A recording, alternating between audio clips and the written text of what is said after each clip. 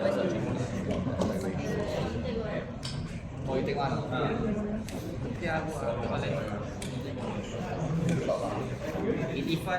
our final speaker for today, ladies and gentlemen, without further ado, it's time to give a last warm welcome for Antoine!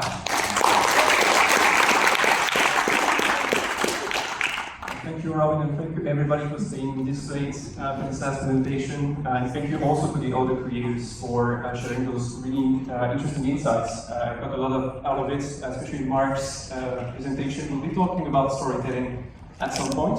So this talk is really going to be about Formula One photography. We're going to focus on that, and I really want you to leave this room with two main takeaways. So the first one, I'll be sharing all of the recipes of my favorite images that I've taken so far. So you can actually build on that, use those techniques, and build your own images and your own portfolio in the end. And the second one, I think it's even more important, is really to give you the motivation to take action on your own goals. So if you have your own photographic dream or a dream in general, I just want to give you the motivation to take that action and just realize how much potential you have. So we'll be dividing this talk into two parts. The first part is going to be my own journey, and I really want you to put yourself into my shoes to really realize the potential that you have being in Singapore. And then after that, we'll be digging into more practical advice. So it's going to be more tips and tricks oriented. So you can actually empower yourself to get better at the craft and put yourself out. So first, I wanted to tell you a little bit of my journey, because I come from the countryside of France, literally a village of 800 people that you see on the left. So it's a beautiful and scenic place, but as you can imagine, it doesn't go further away from the world of Formula One itself. So realizing that you're in Singapore is already a chance. Coming from this place, I can tell you, you wouldn't see Formula One close at all. And I actually only found interest in photography quite late. So I started really focusing on perspective and different storytelling when I did my first trip abroad. I stayed in the countryside for 18 years, and then I did a bit of an exchange in Canada. And after that, I actually went to Greece as well. So the images that you've seen from Jerome actually brought me back to this very, very dear moment of mine. And after that, when I came back, I got my first camera. And I was, having this first exploration period where you're shooting everything and anything. And I actually happened to come across my first motorsport event in my very village. So my dad was actually part of this organization team of a category called Autocross. So it's basically like go-kart, but on dirt. It's very entertaining. If you've never seen that, you should take a look. And this image right here is one of the first I've ever shot of motorsport altogether. And I really like it because it was also focused on the storytelling already. So of course you see the cars in the background and you feel that you're in circuits, but the focus was also to look around and tell the stories that I was experiencing myself. And of course, because it's a small category, access is really good. So that would be my first advice for you really. It's I know we have less circuits in Singapore than I would have in France, for example. But if you go to those graphic events, or even to KF1 in Singapore, which is a really cool circuit to shoot at, by the way, you will really have a sense of how to experiment. You will have access to the drivers, you will have access to the grid, you will have access to the vehicles themselves, and you'll be able to practice your craft. And that's where you need to start, where everybody needs to start. So if you want to shoot in Formula One, access is going to become an issue. And that's the reason why you should be starting somewhere, and probably KF1 would be a good idea for people in Singapore. So I did this autocross thing for a couple of years, and I was getting decent at it by connecting with the people and shooting a lot and experimenting a lot with the different settings. This is probably one of my first Canon shots ever. It was still conservative, probably 1/200th of a second, so not taking so much risk, but you get this sense of speed that you really need to tell in motorsport stories. So I did that for a couple of years. Drivers were starting to use my pictures, so you start to get a bit of recognition, it feels nice. But then I had to move to Paris to finish my master's, so I had to stop shooting motorsport altogether. So I had to change my eye to something different, and that's also something I really want to advise you to do, is not focus on only one genre of photography, but really try and get yourself out there to get some skills that you wouldn't get otherwise.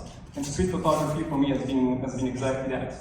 It gave me the opportunity to think really quickly in the street. When you have the idea of a photo that you need to capture, you need to be really like quick thinking, you need to think about your composition quickly, and you need to be discreet as well. And those qualities and skills will be really useful when you get to Formula 1. Another important step of my journey was to actually experience Formula 1. Because before that, I never went to a circuit where the Formula 1s were running, and that was the French Grand Prix in 2022. So of course I brought my camera, but I didn't really know what to do with it, so I was just like experiencing things. And I think that's also something that like influenced my eye on things. That's the moment I realized all those cars and like the power that they have, how much risk taking is involved in Formula 1. And I remember having the chills, like just like hearing the first engine flying past me, and those are not even the noisiest car of the history of Formula 1 at all. So imagine when it was a P10 and a P12 back in the days. So I think emotion in that particular case really triggered this sense of passion. So I didn't have any ambition of doing this as a job or whatever back then, but it really triggered something in my brain. And then I think the most decisive part of my journey was actually to move to Singapore. So I moved in 2022 for work. So I asked my company to move me to Singapore with one of my colleagues here in the room. And we decided to move to this beautiful city. And the coincidence of things is that I actually moved here on the very week of the Singapore Grand Prix, which I didn't know was happening. So I saw like all of the crazy activities going around, and like the people building the track, the awards were closed already. So you really feel this excitement growing and growing on that race week. But I couldn't get the tickets. It was already sold out, so I couldn't go to the race. I was very frustrated. And instead of just being frustrated, I decided to turn this frustration into motivation. So that's also an advice. You're going to get frustrated on that journey, just turn this into some kind of motivation. And so the motivation turned into spending all of my vacation days and money into traveling to F1 races. So this one is in Australia in 2023. So I still didn't have like this goal of getting the media accreditation, because I didn't see the value in it and I didn't really know about it at all. But I really wanted to get better at shooting Formula 1, and going to more races was one way to do that. And I also wanted to use F1 as a way to discover new countries as well. So I went to Australia for the first time. It was a fantastic country to discover. But as you can see on this picture, there was one big obstacle, which I think if you've been to the Singapore Grand Prix, you'll understand: fences. Fences are everywhere. They're super important for the driver's safety and also for the spectators. But aesthetically, a little bit annoying. So you're going to have, and that's going to be very true for Singapore, because I believe 95% of the corners, when you get the paid tickets, are going to be covered with fences. So if you do get access to some of the grandstands, you can get some clear shots, but otherwise, you'll need to adapt. And that's what I decided to do almost right away when I went to Australia, because I realized very quickly that those fences would be quite annoying to get some good pictures. So I decided to bend the road. This shot, I was not supposed to get it at all. That's actually from a grandstand in the last turn of the Automotive circuit. And I decided to sneak into the grandstand on free practice 1, so that's on the Friday. And on the Friday, I can tell you, and that's going to be the same for Singapore, so take it as an advice or not, but you can sneak into those grandstands, it's done full, so you're not going to be stealing anyone's seats, but you do get access to spots where there are no fences. And that's what happened there, and Nico Hulkenberg decided to do some gardening, so that was quite an interesting moment to capture. I still don't know what happened until this day. Honestly, I just saw the car into the grass, and this shot is pretty standout. But the lesson here is really to adapt. You're going to have some obstacle on the way, and you're going to need to find a solution to adapt and overcome them.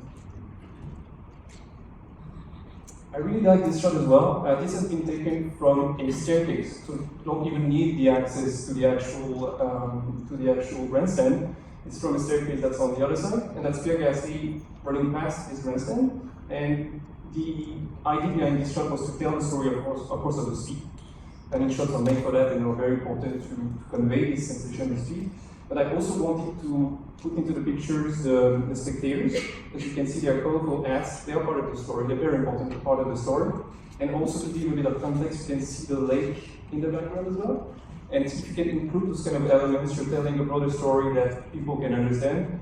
And if you're a big fan of Formula One, you would know that this photo has been taken in Australia. You would know the team, you would maybe know the driver, and like, it's important to put all of those elements into the story, even though there might be obstacles. You can see the fences still, but they're not as annoying as you would get on the previous shot that I showed. I think the story is like being told by itself. So like the takeaway for this one would be to find the stories. Because of course, the cars running 300 kilometers an hour on the track is the main event. People are going there for that, but there are so many other stories to tell. This one, I think, just tells the story of calm versus chaos. So this marshal, and you have to take into account that those marshals are spending the whole day on the track. So like they are the main event. Like they are like really like a core part of the events like that. And they decided to take a sandwich break at the moment where the Formula One cars were flying past in the background. And this picture, I think, is quite interesting because it's telling a different story than one that you would see on social media all the time. And just having a look around would be interesting for you as well. And this final one is probably one of my favorites when I was shooting as a spectator. It's been taken after the Australian Grand Prix in 2023. And I wouldn't have gotten this shot if I wasn't aware and curious about the situation that was unfolding around me. So that's the moment where they did the podium. I don't know if you recall, but this race was like having like 5 red flags. So it really lasted more than it was supposed to. You're not supposed to be racing when it's dark because it is dangerous, but they had to. And so like the podium was happening at this moment at sunset. So of course the colors in the background were crazy. But if I didn't look around and then like try to find another perspective and think another story to tell rather than just the podium that are like classic shot that I would have missed anyway because I was too far away, I decided to turn around, and this is a whole story unfolding in front of you. Passionate fans jumping on the fences, like you wouldn't see that in many places, probably not in Singapore. And it just tells the whole story in one frame. So look around and like pay attention, curious.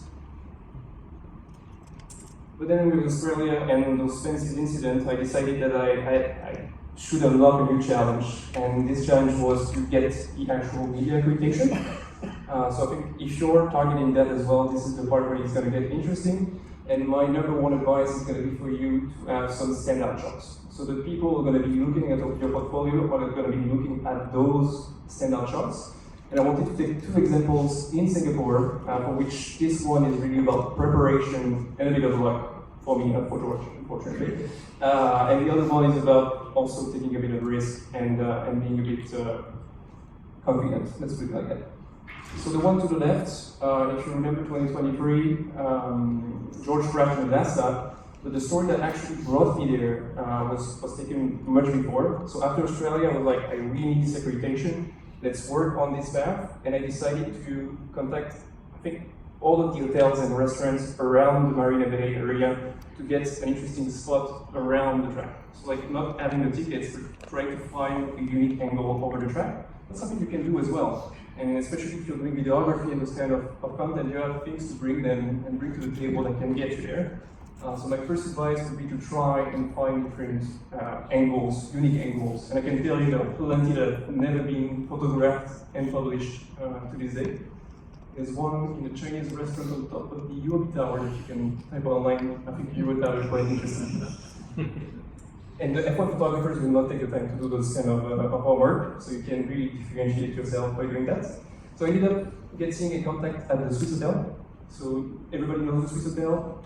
Perfect spot on the track. You probably can see 60% of the whole track from there. Absolutely insane. And they invited me to come for one of the free practice sessions that was during the day. So during the day, you don't like capture Singapore the way people feel in Singapore, but it's an opportunity you need to take.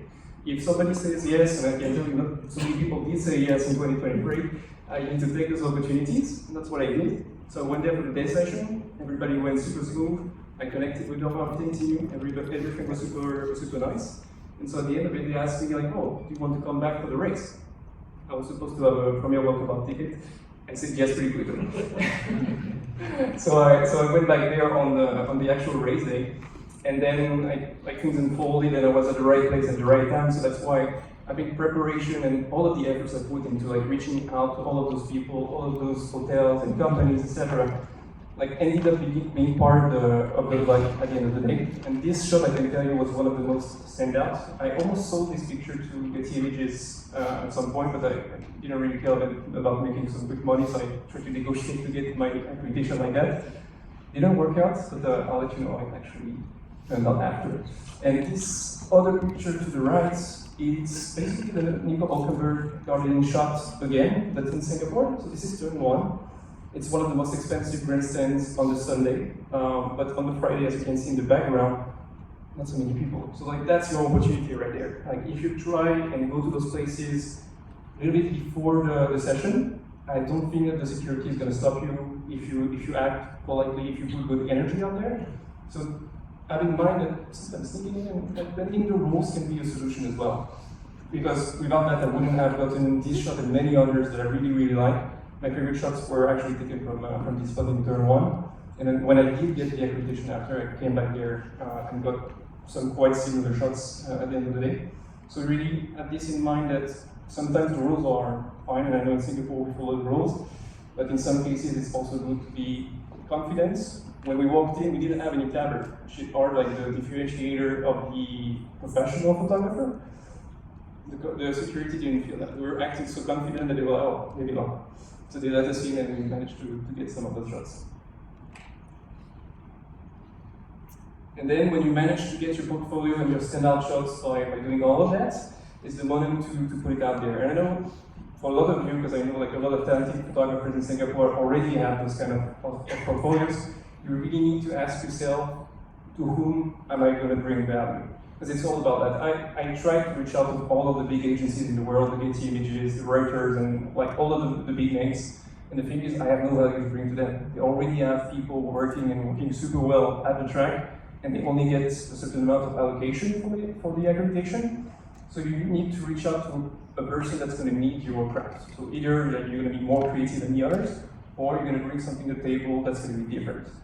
In my case, what made the difference was to reach out to small media in France. So they were so small that they didn't have any budget to travel outside of Europe. So they were going to all of the European races, but I noticed that they were not going to the races that were further away than that. And so I felt like there was potentially an opportunity for me. So it's the moment I reached out to them, I was like, oh, I see that you were doing the races in Europe, I'm actually in Singapore, planning to go to Australia, would you like me to shoot the race for you? And of course, it was super interesting for them. They saw the portfolio, so it's also a sense of trust that was happening. And then they just gave me my chance. So try to think not as they're gonna bring me something, but more I'm gonna bring them something and value that they cannot say yes. They cannot say no, sorry. Most of those shots are from Japan, by the way, we went there afterwards. Getting some shots from the grandstands was also quite a good idea because it brings diversity. Your portfolio needs to be diverse in a way. So not only telling the panning shots that are very nice, but that's not the only story happening. Of course, the podium is important. Of course, the marshals, the spectators are also very important. So try to make it as diversified as possible, and I can tell you that's going to make a difference. And then 2024. You get the access almost magically. So it feels like a huge privilege when you do get there, because apart from being behind the fences and everything, you get access to emotions. So from a storytelling perspective and even a human perspective, you experience moments that you were only seeing on TV, and you get moments like that of almost intimacy between Charles Leclerc and Carlos looking at each other almost romantically here. It's very But yeah, so it really feels like a privilege, but it also comes with responsibility. Because when you start shooting with the media accreditation, you're becoming professional. When you professionalism, it also comes with responsibility. And that's the moment I decided to upgrade my gear, because I really need the gear that was enabling me to really deliver. So that's the moment I upgraded to the Alpha 7R5. Which I paired with the 24-105 f4, which I really like for the versatility. I'm still using it to this day. I love this lens a lot. And then because the tracks can be really big for Singapore, I wouldn't recommend the 200-600. But for Alpha Park, for example, or Silverstone, where I'll be in a couple of weeks, telephoto lenses are a must. You need to get closer to the action. You need to be able to tell those detailed shots that are part of the story as well. and especially when you're shooting for an agency, they want those editorial shots.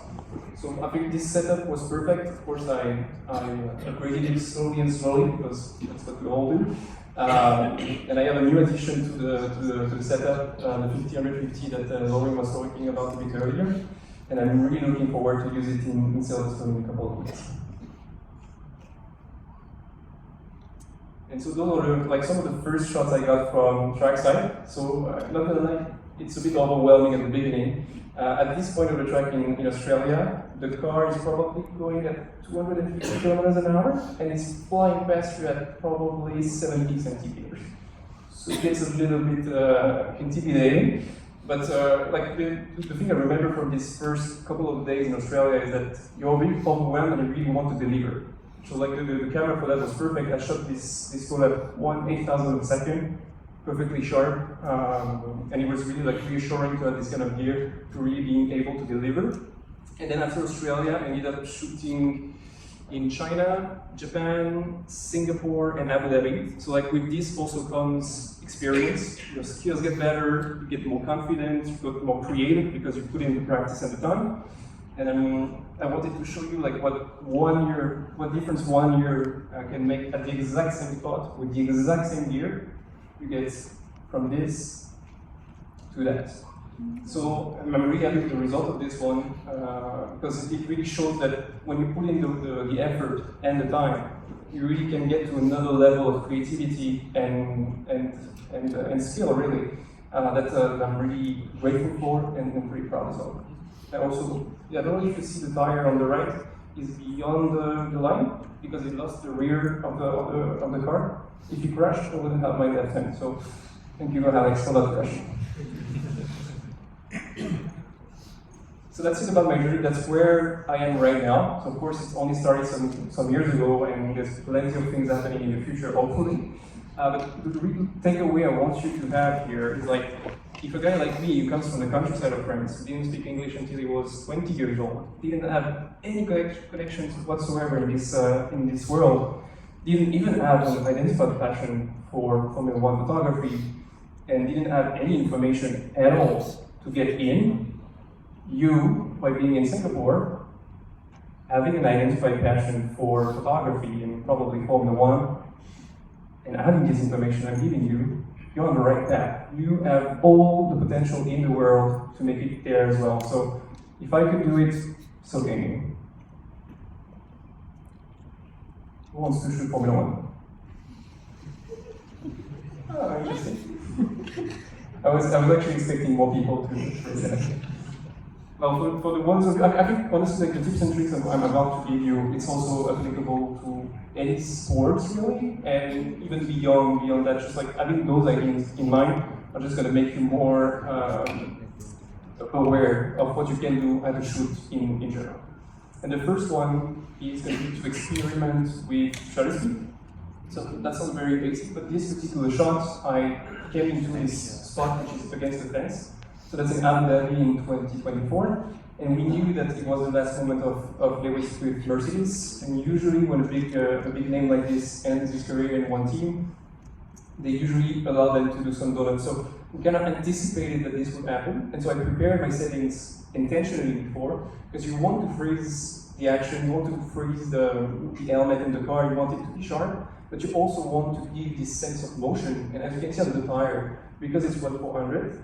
You still get this sense of motion where the action is happening, and I think this gives this shot a better angle than just like shooting at 1/2000 and like freezing everything. So having this in mind is going to really help you to frame and capture the story depending on what you're trying to tell.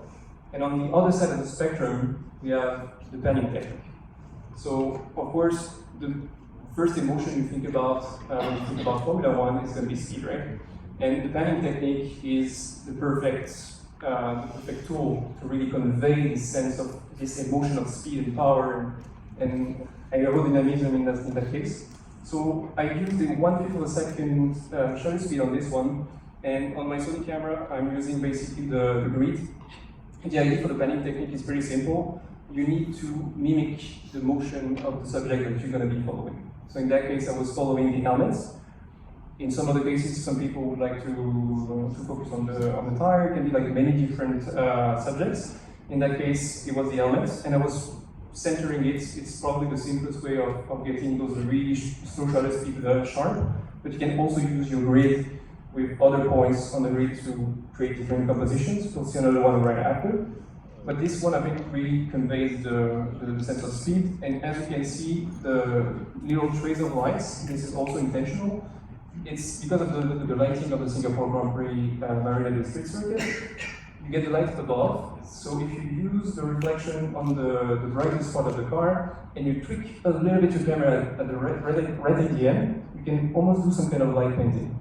And when you push this technique to the limit, you will get shots like that.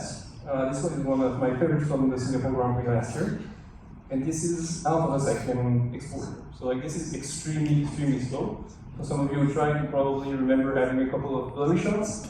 So did I. But this one ended up being perfect because this one, the intention was really to show Daniel Ricciardo, who was finishing his career. Everybody knew it, but it was not announced then. So I tried to tell the story of almost time travel and like this abstract story of a weird end of career for him.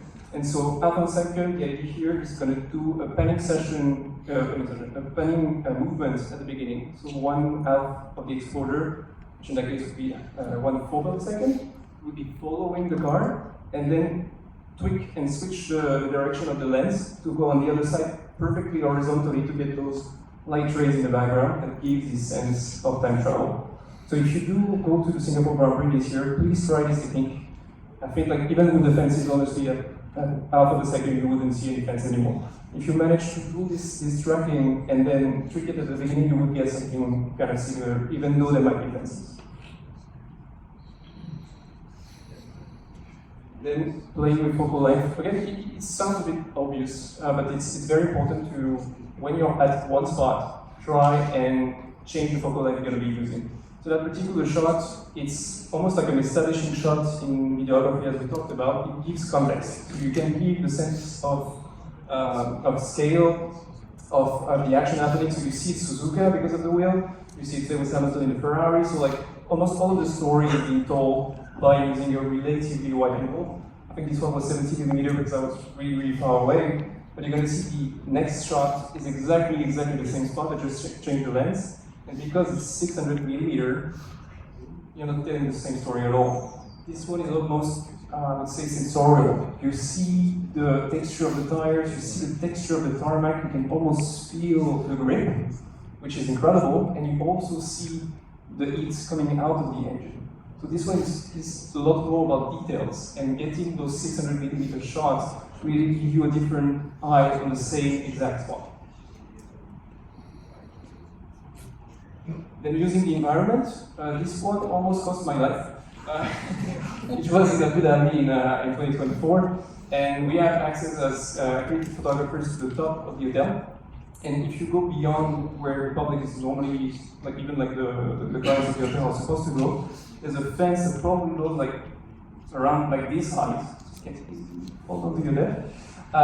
But if you bend a bit over and use your environment to create some kind of creative shots, you can get those kind of really interesting images. And I've never seen this one from any other photographer because probably nobody took the risk of bending like that and trying to find a reflection in this lens. I tried it. I'm still alive, thankfully. But yeah, using the environment is going to be key, and especially in Singapore, we have so many vantage points on the track that, as I was saying to you earlier, if you manage to reach out to the right people and get access to the right place, you would be able to get some really interesting shots from using the environment. And that's another example of that, and that's it taken literally 7 meters away from the previous spot. That's also the W Hotel in Abu Dhabi, and they have those like metallic structures around the hotel, which if you use a really fast shutter speed, it's going to be like, it's not going to be aesthetic at all. It looks really metallic and not so great, and the car is going to be eaten into the composition. So I didn't really want to capture that. I wanted to capture something almost abstract, and that's why using this panning, this one was more technical because it's not a straight line. So you really need to pay attention to the movement you're going to be doing. And for that, you need to practice the movement to see where the trajectory of the car usually is. And then you can try to get them at the right position on the composition, which is tricky, will require some practice and some failures, I can tell you that. But at the end of the day, those kind of shots, which look almost like paintings, are the ones which actually make a difference and are the most satisfying to watch after the race, I can tell you. And then tell stories. I think Mark did it really well with videography, and this whole process going on, and you can prepare for it, you can learn how to tell stories, and I really have a lot of respect for your craft. And in Formula One photography, you need to be there when the story happens, really. That particular shot of Lewis in Abu Dhabi, I think, is a good example of that. You need a bit of luck also to be at the right place at the right time. And then when you have the opportunity, you need to frame your photo in a sense that's going to be telling the story. So in that case, Lewis was finishing his career in Mercedes. So he was saying goodbye to the fans, goodbye to the teams, and the word that's written on the helmet is basically saying Danke in German, which means thank you in English. And the way he's waving with this movement is really like saying that it's the end of an era. And in one shot, I think this one is telling most of the story. So if you have the opportunity and you see a story unfolding in front of you, you have to make the most out of it. And then I think that's still to this day my favorite photo in Formula One. And this one is really giving you the advice to focus on emotions. Emotions versus composition. In that case, as you can see, I made a choice. It's not perfect though. I was way too close. I was using a 85 1.4, and I was less than a meter away from the scene, so I was way too close. It didn't really matter. This moment was unfolding. It's telling the story of a driver who had a very stressful season. He was under pressure of Max Verstappen the whole season, and the media were talking about it all the time. And you just see him like releasing all of these emotions with his mom at the Abu Dhabi circuit. And this split second of pure emotions, you need to be there and you need to focus on that. Yes, the competition is not perfect, I was too close, but the story is there. So when you're at the track and you're seeing those kind of moments, it doesn't need to be the driver. There are a lot of emotions happening with the fans as well, and you need to be able to tell those stories. That's another shot I really like. So I've been to Suzuka the year prior, in 2024. So this spot I knew perfectly. And even though you can tell different stories as we've seen before by using different focal length, I had another idea that was more out of the box in a sense. And in that case, it was just using a filter. That's it's called a halo filter, so it really like gives this round kind of effects. And I knew that by using this with the round wheel, that would give an interesting effect. And you can get those kind of standard images that are not going to be used as editorial shots for sure, but that are like adding something to a portfolio. And then this one is the last one in terms of tips and tricks. And that's what I've tried in Suzuka this year, is to impose constraints on yourself. This one I think I've never heard it before, and that's gonna really like switch your way of looking at a track. It's, for example, if you're going to the Singapore Grand Prix again, for a whole session, use only one focal length. You force yourself to only imagine shots using that focal length. You can also imagine going to a session and only shoot at 1/20th of a second. You're going to force your brain to see something that you usually wouldn't see, and force it to become more creative. So constraint in that case is going to push you to be more creative. That's what I've done in Japan. So I decided to put two constraints on myself. For the race day, which is the most important, and you need to deliver a lot of images on the race day to the agencies, I decided to use only one lens, the 24-70. And because it was not enough, I also decided to shoot the start of the race at the slow shutter speed. So the start of the race for the professional photographer is the moment that you cannot miss. So there's a lot of pressure happening at this moment, and when you decide to shoot it at a slow shutter speed, the risk taking is very high. And I can tell you the adrenaline is pumping into your body, and you really get this sense of urgency. So you prepare during the formation lap, you prepare the movement, you try to practice on the moment. And I can tell you it was quite an interesting moment. I got 3 sharp shots from the start. One of Max was leading and ended up winning the race, but I think this one is even more interesting because the McLaren of Oscar Piastri was really like tailing Max Verstappen. It's perfectly shot, and you have more cars in the background, like showing that it's actually racing. So again, like telling this story while adding a bit of risk is going to bring you to the next level and give you some really, really cool shots. This one, it's my favorite start so far. So that's basically it. I'm just going to sum it up into 5 elements. So how to become a Formula 1 photographer, I think it takes 5 elements. The first one is going to be passionate. Because I can tell you it takes a lot of sacrifices. All of my vacation days of the last 2 years have been taken for Formula 1. So I didn't travel in much other places while doing that. And all of the rejections you're going to get, all of the difficult times and everything are going to be compensated by the fact that you're going to be passionate. If you're not passionate enough, a lot of people are reaching out to me like, oh, how do you become a Formula 1 photographer? And then you explain them that it's going to take a lot of sacrifices. You never hear from them anymore. You just know that they were just not passionate enough. And it's fine. The second one is going to be practice, practice, and practice. Honestly, as I was telling you at the beginning, what made me a better photographer, and I still don't consider myself really good. I think I have a lot of progression to look forward to, but practice is going to be that. I put a lot of efforts to going to those races as a spectator. I'm still putting a lot of efforts of going to those races, and I'm trying to practice even more, push the limit of the technique that I know, try to learn the technique, and try to get also inspirations outside of motorsport. As I was telling you, inspiration is a big thing. Street photography is one of them. I'm going to be shooting the swimming competition in Singapore next month. All of those I know are going to bring me inspiration, and that can make a difference at the end of the day. And then take risk. This one is my favorite panning shots when I was a spectator, taken at turn 1. Again, we sneaked in and we managed to stay there. I remember it was 2 left seats in this old grandstand, and the 2 of us managed to stay there, and we managed to get this shot of Lawson. This one actually got a reward for some reason, and I was shooting as a spectator. Of course, I took risk, and I could have been kicked out of the grandstand relay.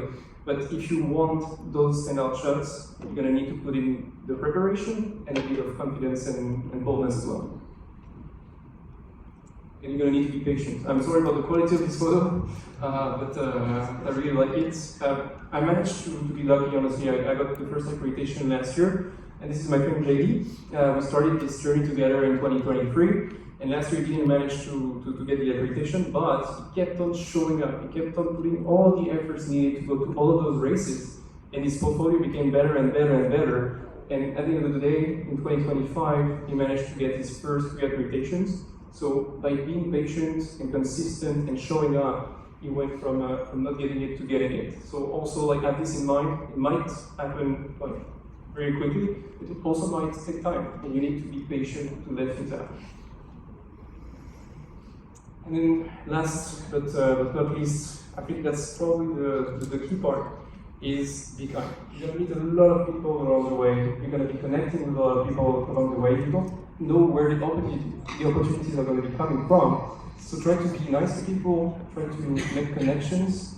And I can tell you that when you're going to be looking back at this whole journey of trying to make it to Formula 1, making it and everything, you're not going to be remembering the moment you got the actual pass itself or the social media or whatever. You're going to be remembering the moments you captured, the moments you experienced, and the friends that you met.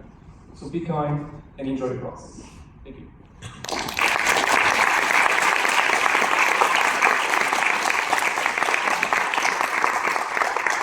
Really show the spectators, it's only shutter speed.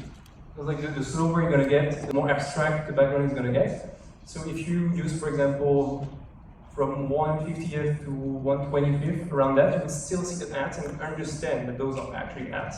It's like the brain needs to have like some sort of a reference to understand. And if it's still colorful, you would, oh yeah, those are the cats, those are the spectators. If you really want to show the actual fans, the way I did in the first black and white shot of this kid drinking in the track, you can just basically use a really fast shutter speed and focus on the actual person. So it really depends on the story you're trying to tell. But yeah, if you're trying to show that the crowd was roaring and like supporting the drivers, maybe a faster speed would be better, because you can also capture the moment of them cheering in the last lap, or if there's an overtake and stuff like that. There are plenty of things to look out for. It just depends on the story that you're trying to tell, really. But shutter speed is going to be your friend if you're trying to do that. Thank you for the question. Okay, hold on. So, man, because you're the first person to ask, you get the first choice of which gift you want. There's an LED light, courtesy of Alan Photo, or a backpack insert. The light, okay. Alright, thank you. Okay, next question. Please pick the lucky guy, girl. The first one will raise the hand also, like. Who is it? You know who you are? In black on the. Men in Black. Okay. Men in Black. Just go adrenaline, or. It's a really good question, because at the beginning I was struggling as well, especially with those really slow shots. I have an example right after that would be good. Spoiler alert, I have an assignment for you guys who are going to the Singapore Grand Prix. But this shot I think is a really good example of that. And what you mean is that, like, how do you actually follow the car? So it can be done in different ways, depending on what you're comfortable with. If you're going really slow, my advice would be not to look into the definer at all.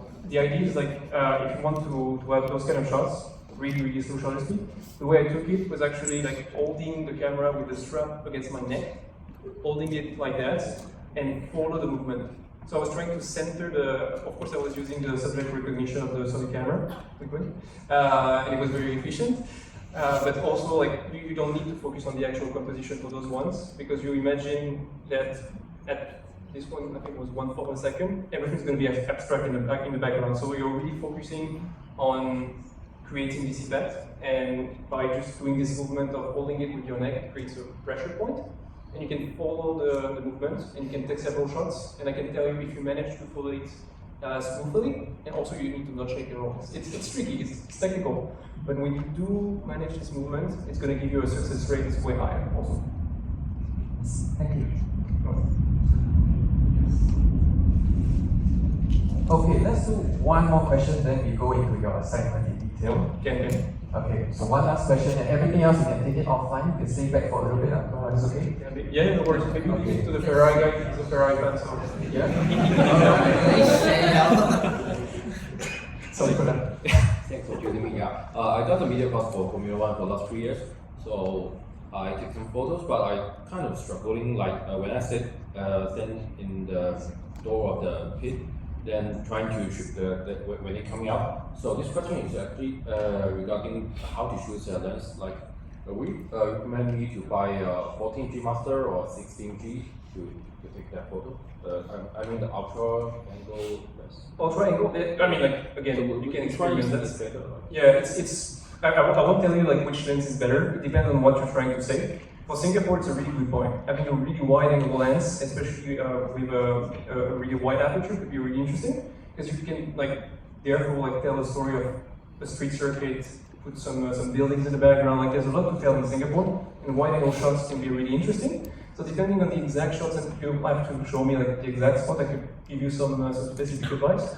But in general, as I was telling you, like, giving constraint to yourself is going to be helpful. So in that case, if you think that the wide angle will be nice, bring this wide angle and try different settings. So it can be also very slow shutter. If you want to freeze, you can go faster shutter. It really depends on what you're trying to do. If you want to convey speed, I would recommend those kind of shots. And if you want to just like go like more into details, maybe a telephoto lens would be better. But you need to be careful in Singapore. I think your telephoto lens needs to be with the body 30 centimeter. So there are some constraints you need to check on their website. It depends from a circuit to the other. Japan, you can go whatever you want, 800 millimeters, no problem. Because they are really like into photography, they respect that, they have photographers area. Singapore, I think it's 30 centimeters. Okay, with that, Antoine, let me go into details of the assignment. You want them to do any particular shots? Yeah, I mean, the idea of this assignment, like I've seen quite a bit of hands raising before. So I really want you to use all the advice I tried to give you and put them into practice. So the idea is, like, by using this hashtag, you can post all the cool photos that you took at the 2025 Singapore Grand Prix, and then we'll check it out with Sony, and we'll actually post some of those photos to my account and the Sony account in Singapore as well, and bring visibility to some of your shots. So I think it could be one way to also motivate yourself to take action and try to get better shots and get better at it in practice and continue growing. So take a photo of the hashtag, not to forget it. I'll continue posting it on my social media around the Singapore Grand Prix. That could also be a good way for you to get more visibility as well. Because I know a lot of you are very, very talented photographers. I think the 2025 Singapore Grand Prix can be a good opportunity for you to do that. Okay, just note that I think the hashtag needs a number 1, right? Oh yeah, you're right. Yeah. Yeah. That's a really good point, my bad. So I'm going to do the one hashtag. Like this. So yeah, I'm going to be sharing it on my social medias. If you're not following me, my Instagram is @shotbyauto, so you can follow me there. And I'll also be sharing this information again closer to the Singapore Grand Prix. So I hope that you got some insights of how to shoot Formula 1. If you have any other questions, we can discuss this after. That'd be more than a pleasure for me. Thank you. Thank you so much, Michael.